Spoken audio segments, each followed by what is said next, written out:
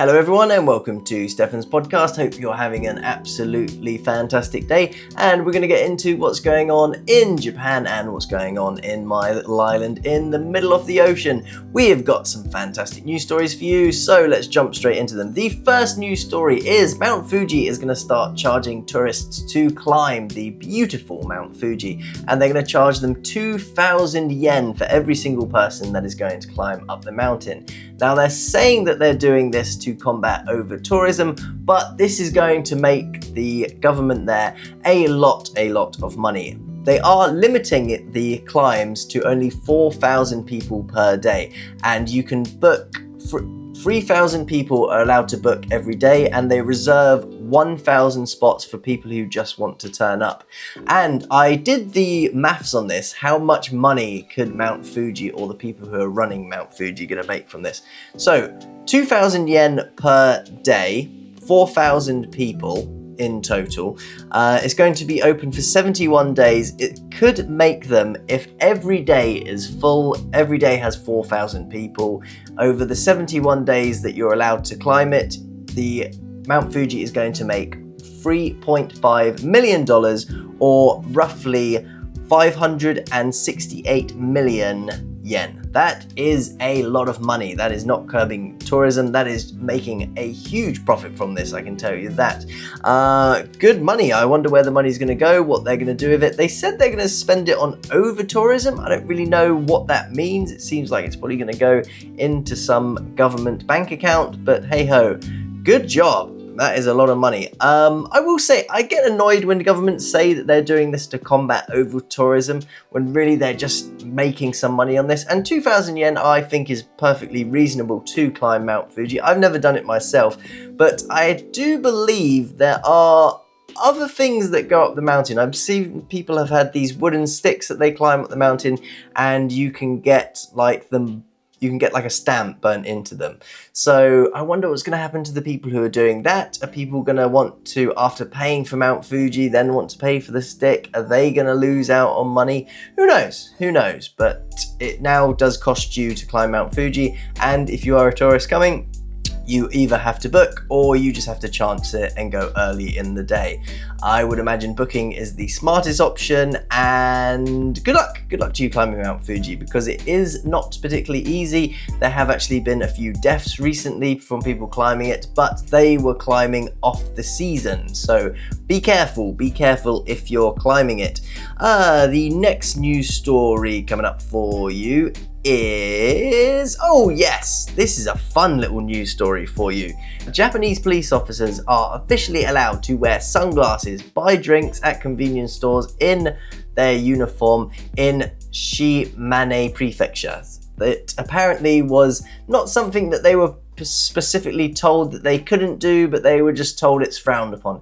And now the police are allowed to wear sunglasses. Would you believe it? Sunglasses. This is amazing. Apparently in Japan there is a stigma around police officers wearing sunglasses, because it is seen that it's something that bad people do, something that the Yakuza do, the naughty people. They wear dark sunglasses to hide their eyes. But now the police can do it as well. They can become one of the bad boys, and they can go in and buy themselves a drink. This is crazy. I didn't realize that this was frowned upon. Quite frankly, if you're thirsty, go and buy yourself a drink. Let's have a little bit of common sense here. But it was frowned upon in the prefecture because, I don't know, it was seen as like slacking off doing their shopping. I don't know, I never understand it. There's always these things that go around in every single country. Even in the UK, there's always a news story on Facebook. You'll see like a police car parked outside of like a Tesco's or a fast food restaurant, of the police officers going in and getting something to eat and drink.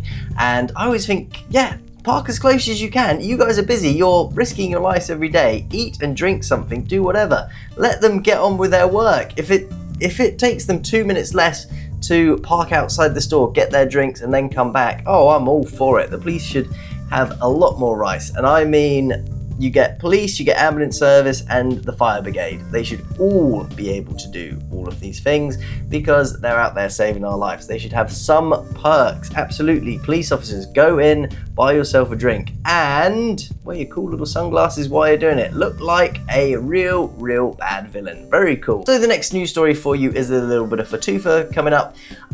It's a sort of mixed story that going into one. Now, one thing I can say about the Japanese government, where they have been absolutely fantastic living here, is giving out subsidies. They have been very good, especially on energy and gas, things like that. They have given out some absolutely great subsidies, and they have given a lot of tax breaks as well. Recently, we just got a big tax break here, people living in Japan.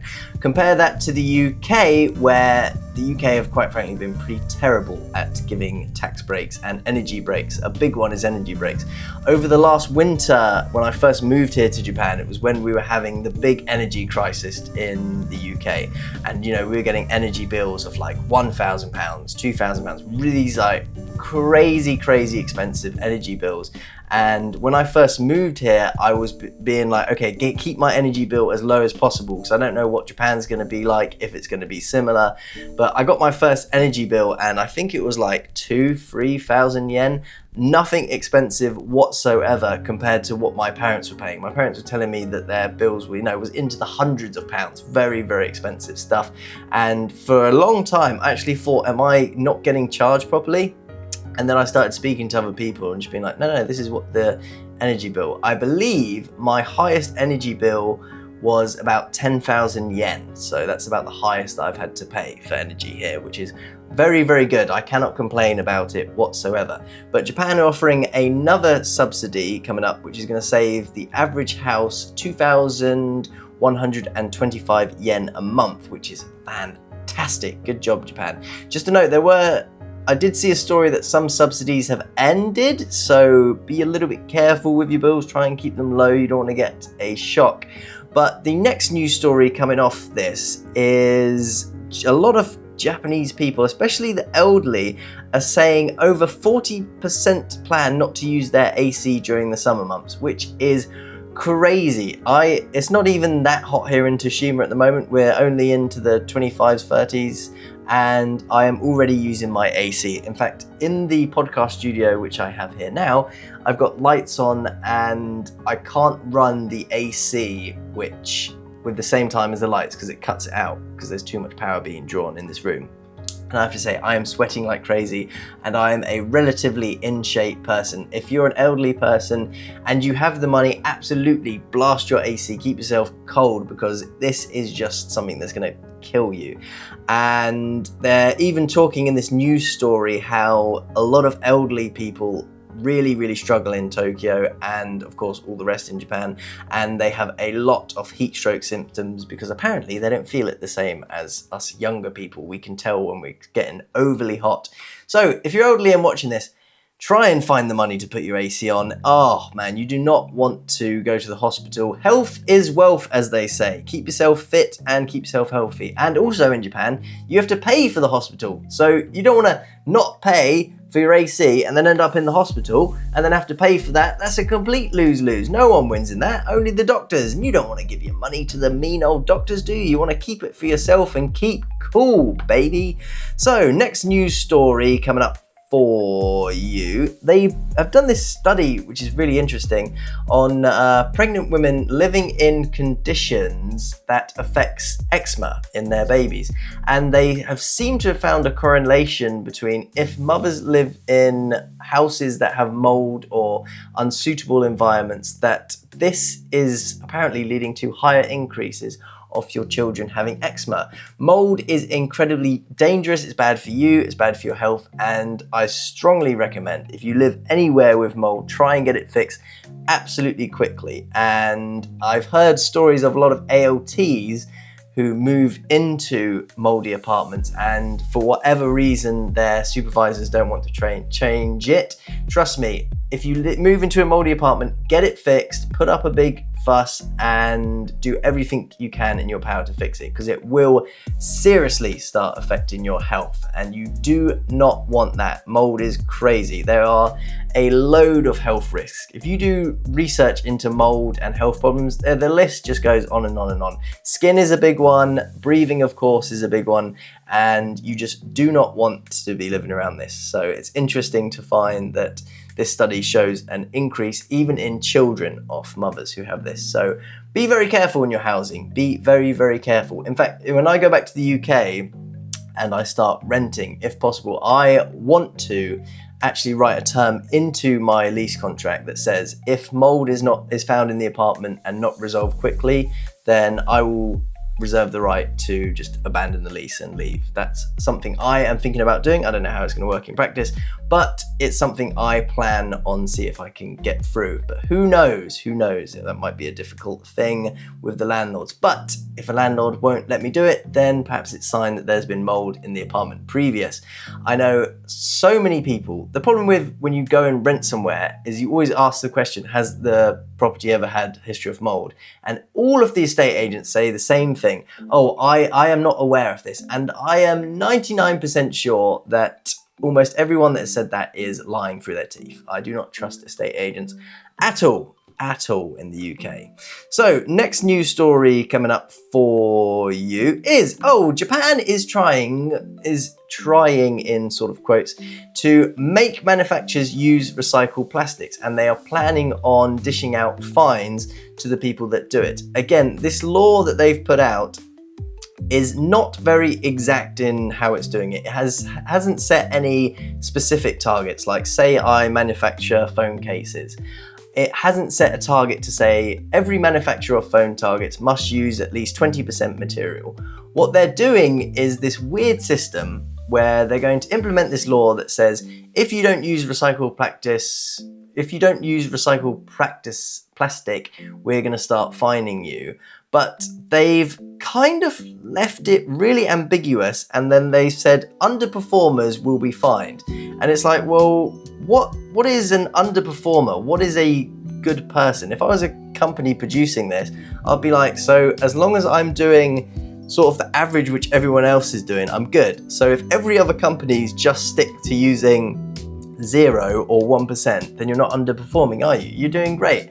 So I don't know how well this is going to work in practice. It's nice to see Japanese companies or Japanese governments are trying to force people to recycle plastic, because all you have to do is go to the coast, especially here in Toshima, and you see plastic everywhere. It is crazy.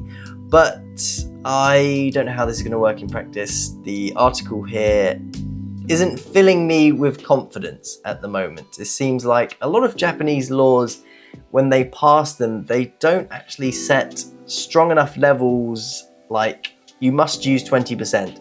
It's kind of like, yeah, if you could do it, that'd be great. And we're gonna punish the people who underperform. And underperforming means nothing. It means 0. Who knows what underperforming is? That is not an exact law. So our next news story coming up for you is a crazy one. This isn't a Japanese news story, but when I read it, I thought I had to talk about it in the podcast. So a 99-year-old man is divorcing his wife of 70 years after finding secret love letters from an affair she had 60 years ago. They've been married 70 years and she managed to get away with having this affair for 60 years. But he recently found love letters from this affair that was going on, from the man that was happening, and the two are now set to have a divorce. Can you imagine that? After 70 years of being with someone, you then find out something like this was going on. What would you do? Would you let it go? Would you divorce them? I can perfectly understand the reason for getting divorced. It's 70 years you've been lied to about this, and just a crazy, crazy story. Who knows, maybe he will at the ripe old age of 100 start getting on Tinder and see if he can find himself a new lady, one that hopefully won't cheat on him and won't break his heart. I mean, to be honest, at 100 years old, you haven't got much time left, have you? It's, oh man, 70 years being married and you find out that 60 years ago that she had an affair. That is just madness, absolute madness, heartbreaking story, very difficult. I just couldn't believe the story when I first read it. Madness, madness, madness. Heartbreak for the Italians, crazy. And next news story coming up for you is, a lot of AI companies at the moment that I've been reading are getting sued. So this is a news story. A non-profit is suing ChatGPT, maker of OpenAI, and Microsoft for using their copyrighted material in their AI training program, which is very interesting. Midjourney is also being sued at the moment, and a lot of other AI art companies are being sued. I don't know what the results of these cases are going to be. I don't know. I couldn't predict if they're going to be sued for copyright or not, because it's a weird one where these machines are using the material, learning from it, and then making their own thing, which seems like to me that's new material, but some of them are getting very, very close to what the original is like, and that could be considered copyright. Also, then that's how we learn, isn't it? That's how we learn, is we look at something and then we go, oh, I'll copy that, make my own changes to it, have my own style on it, and go from there. So just interesting stuff if you're into tech. A lot of these companies are being sued at the moment, and we will see what will happen. The only bad thing about these companies is that they have huge pockets, so they might have a strong legal team, so we'll see what happens. Do I think that some of these OpenAI companies should pay the materials that they're learning from? Yes, I do think that they should have to pay some fee, perhaps some sort of AdSense fee like YouTube, how it works out, something like that would be good. What do you think? What do you think should be the result from this? Should we pay the creators of these material that these AIs are learning from? How much should we pay them? What is a fair rate? And do you use AI? I use AI, I use Midjourney, I think it's very good. I also use ChatGPT sometimes and find it very good. Used it at work for PowerPoints, what information I should put into slides, good lists for English to use. I'm pretty much very much on the AI train, but I don't want it just to copy people's material. I want to make something new, things like that. So we'll see. I'm interested in seeing how this works out. And what do you think about AI? Is it good? Is it bad? Let me know. Let me know what you think. So that's the end of all of our news stories for you today. So I'll just tell you what's been going on here in my little island. We have had a serious rain downpour, and there's been flooding all over the island. Some of the houses had some flooding issues because of this, and even myself driving back, I had a lot of issues. It normally takes me 2 hours to get home from the bottom of the island up to here. It took me 3 hours. I got all the way pretty close to where I live, and then got told I had to go about 40 minutes all the way back down to go all the way back around the island because the river had completely flooded. So that was a nightmare, and there was a few places that I was driving through. These puddles were huge, and there was especially two that I was driving my car through, and I was just slowing down and slowing down and slowing down, and I was going, oh man, I'm not going to make it through this puddle in a minute. But luckily managed to push through and get through it. Not a fun journey, not something I want to do it again. I'm also moving house and experiencing the fun of doing that in Japan. There's a lot of fun things that have been happening. So at the moment I have Wi-Fi here, and I'm setting up Wi-Fi in the new house. I'm staying with the same company, and in the UK, when you move house, they send you a new router. So you get a brand new router, but here in Japan, they want you to use the same router, which is a problem when I have two houses at the moment, and I want to have Wi-Fi in the new house, so that when I stay there for the next couple of weeks while this tenancy ends, that I have Wi-Fi in both places. But this is impossible in Japan, because every time I go somewhere, I have to take my router from this house, and then I have to move to the other house. And I just know for a fact, I know computer Wi-Fi routers, once you unplug it and put it in a new place, there is no way that it's going to work in both places. So we shall see how that works out. I also had the gas company come to my house, to the new place, to install the gas, and they wanted a Hanko stamp. And believe it or not, I actually had my Hanko stamp with me in my bag, and I went, fantastic, yep, I've got it. And the guy went, oh, have you got any ink? And I went, no, I don't have any ink. So he said, oh, cool, what you're going to have to do is you're going to have to drive into the office, which is 20 minutes away, just to stamp this form, which is ridiculous. Come on, Japan. I really have to drive somewhere just to stamp it with a Hanko thing. We can't just sign it here. And then the thing carries on. So trying to set up my bank details with this company, we send him all the forms, give them all the stuff, and I get a phone call today to say, oh good, we've got his name in katakana and all that, so Stefan, and then my last name and all that stuff, middle name. And they said to him, but we haven't got it in Romanji. So we're gonna need you to come down and put his name down in Romanji. It's like, you can't do this over the phone. This is absolutely impossible to do. You can't write down Stefan in English.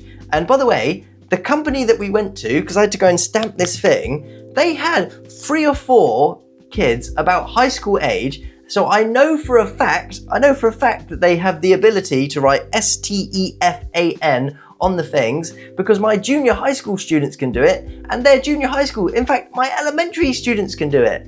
And I was just going, I thought this is Japan. Why do I need to give you my name in Romanji? And it's in katakana. Work it out. Keyboards. All of the Japanese keyboards have every single English letter. In fact, there's other stuff that I've had to set up where they say things in English. I was like, you can't, it's six letters and my last name, which is pretty much the same of this. I was like, Japan, grinding me down ever slowly grinding me down. But apart from that, so far, the moving process has not been as stressful as I have heard. I've heard some real horror stories about moving in Japan and how stressful it is and how much paperwork there is. At the moment, these are all very small problems, so we haven't had anything too difficult. So touch wood, we're making progress and moving house should go smoothly. And apart from that, everything else is going great here on the little island. The sun is out. I got sunburnt today, even though these floods have been going down. So we're now sort of the rainy season. The weekend, it poured down, and last night it was meant to rain, and today it was meant to rain as well. So I didn't expect to be playing football, but the sun was out and the pitch looked good. So we went out and played for half an hour. Half an hour in the Japanese sun is all I need for my face to go bright pink, and tonight I'm gonna have to slap aloe vera on it. The Japanese sun is not friendly to my white skin. It hates it so much. So if you come to Japan, make sure you slap as much sun cream on as possible, even if you're just going out for 5-10 minutes, because trust me, it will burn you. And in fact, even on the back of my arms, I can feel that I've been burnt, and I only played football for about 30 minutes. So be careful, the sun is not your friend. But that is the end of the podcast for today. Have an absolutely fantastic rest of your week, and I will see you again on Friday. Thanks for watching. Goodbye.